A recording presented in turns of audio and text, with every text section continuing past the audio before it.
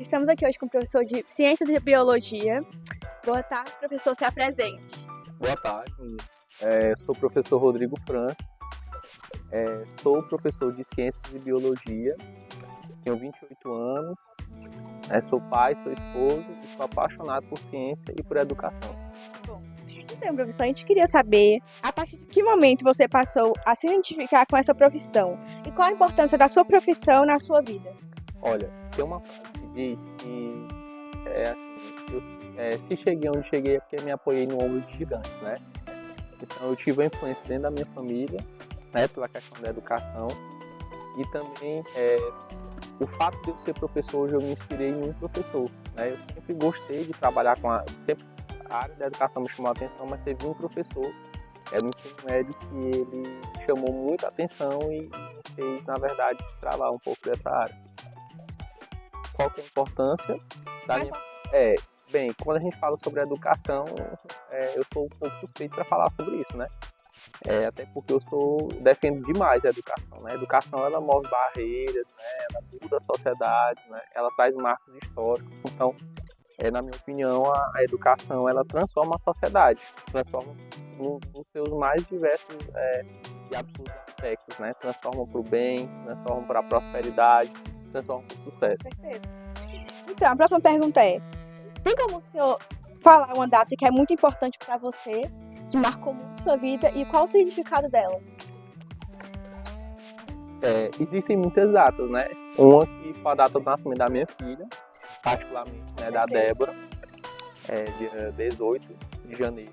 Né? Então, o nascimento da Débora mudou muito a minha vida. Outra data muito importante foram datas na minha questão profissional, né? A data quando eu apresentei o meu primeiro TCC, a data quando eu publiquei um primeiro livro, né? A data quando eu comecei a trabalhar dentro das escolas, né? Isso mexeu bastante comigo. Marcou, então, muito sua vida. Sim. Então, próxima pergunta. Você pretende fazer algo diferente para os seus alunos esse ano? Como, por exemplo, uma aula passeio, uma aula fora da escola? Como vocês me conhecem, eu sempre procuro fazer sempre coisas diferentes, né? Não gosto de mesmice, nem ter uma receita já preparada, né? Sim, eu pretendo sim, né? Dentro das nossas condições, né, pedagógicas, dentro das nossas condições dentro do calendário escolar, eu pretendo sim, não somente uma aula passeio, mas se possível, né, as nossas viagens, né, as nossas aulas de laboratório, as Olimpíadas. Tá? Agora eu vou passar aqui para minha outra amiga, a Heloísa, para ela fazer uma pergunta para o senhor também. Qual é o seu objetivo esse ano, na escola, na sua vida? Olha, o meu objetivo é ser feliz. O meu objetivo é ser feliz e que as pessoas que estão próximas a mim também possam ser felizes, né? Atrelado a essa felicidade, ter o sucesso. Né? O sucesso ele é muito importante porque quando você consegue lograr o êxito, você consegue, aí vamos dizer assim, realmente atingir seus objetivos, né? E obviamente ser feliz, né? Porque todo mundo faz um planejamento do ano, né? Esse ano eu vou ser melhor, esse ano eu vou fazer uma dieta, vou fazer uma academia, vou me tornar um ser humano melhor. Né? Eu acredito que quando você se torna um ser humano melhor, você é feliz e a sua felicidade atinge o próximo. Ótimo, pensar. Agora a gente vai para a última pergunta, que é: fale um pouco como foi sua infância e se isso influenciou, né, na sua profissão. Muito. Minha infância foi uma infância, não vamos dizer assim, nada de anormal. Foi uma infância normal, foi uma infância tranquila, né?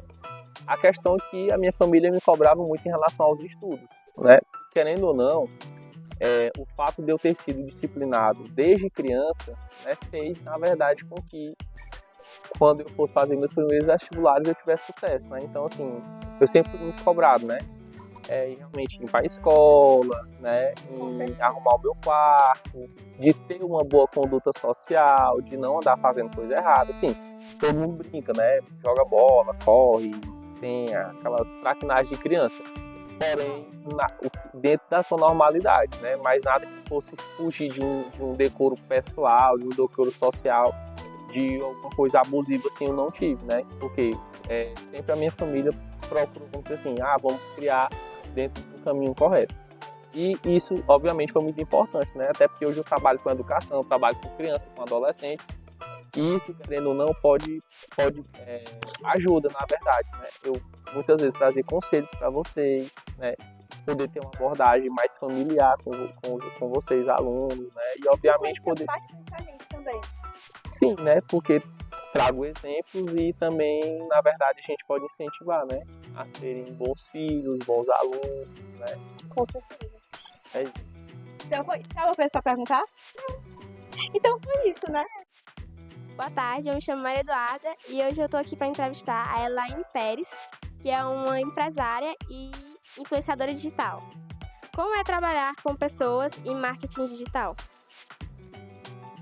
Boa tarde, tudo bem? Eu sou a Elaine Pérez, a mãe da Érica.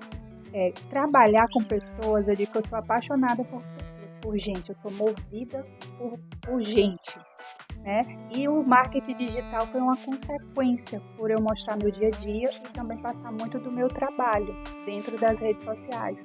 Aí eu acabei virando uma influenciadora digital. Como falar sobre dislexia nas redes sociais? Eu falo sobre dislexia porque eu sou disléxica, né? Eu tenho um déficit de aprendizagem, na verdade, quando foi na minha alfabetização, né? E fui diagnosticada com 22 anos de idade na faculdade, que eu estava com problema de passar por uma matéria de cálculo. Aí eu fui diagnosticada. E os meus próprios seguidores perguntam como que qual é a dificuldade que eu tenho, as estratégias que eu elaboro. Aí, durante o meu dia a dia, eu vou falando um pouquinho sobre isso dentro das redes sociais e, às vezes, até entrevistando com alguém ou conversando dentro de reunião. Entendi. Tem como a senhora falar sobre a sua trajetória e sua jornada nas redes sociais? A minha trajetória nas redes sociais foi algo bem natural, digamos assim. Porque como eu falei, ainda hoje utilizo para poder divulgar o meu trabalho, divulgar a minha imagem. Aí eu divulgava os produtos, os serviços ofertados pela minha empresa e acabei passando a divulgar um pouco do meu dia a dia, das meninas. A Érica também, quando ela era menor, ela queria ser youtuber. Aí eu comecei a pesquisar, como assim, YouTube? Isso foi o quê? Há 10 anos atrás, né? Ela tem 14, 15 anos, foi mais ou menos isso, há uns 10 anos atrás.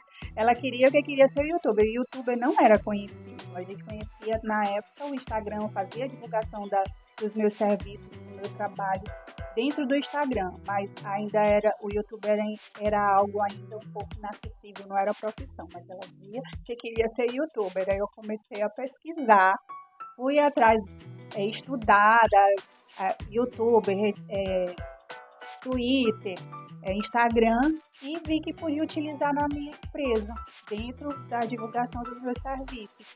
Aí, a partir disso, eu fui começando a divulgar e formando movimentos, comunidades, e hoje eu sou bem atuante dentro da rede social.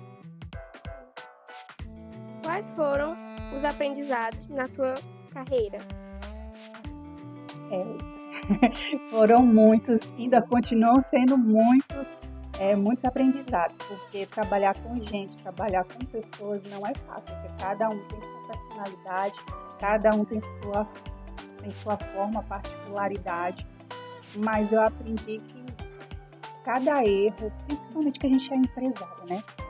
A gente teve a pandemia, então dentro da pandemia teve muitas profissões que foram afetadas diretamente, principalmente em uma das áreas que eu trabalhava. Hoje eu atuo, que é na área de eventos, mas nos meus eventos. Antes eu atuava para pessoas, eu era contratada. Então, dentro da pandemia foi o primeiro segmento a fechar e o último a retornar. Então, a gente teve que se reinventar. E como empresária também, nem sempre o mercado ele sempre está mudando. Então, a maior que a gente tem é a resiliência e a perseverança mesmo. São muitos aprendizados e até hoje eu continuo aprendendo dentro desse meio. Ok, bom, e por aqui se encerra a nossa entrevista. Muito obrigada a Elaine por participar. E é isso. Tchau!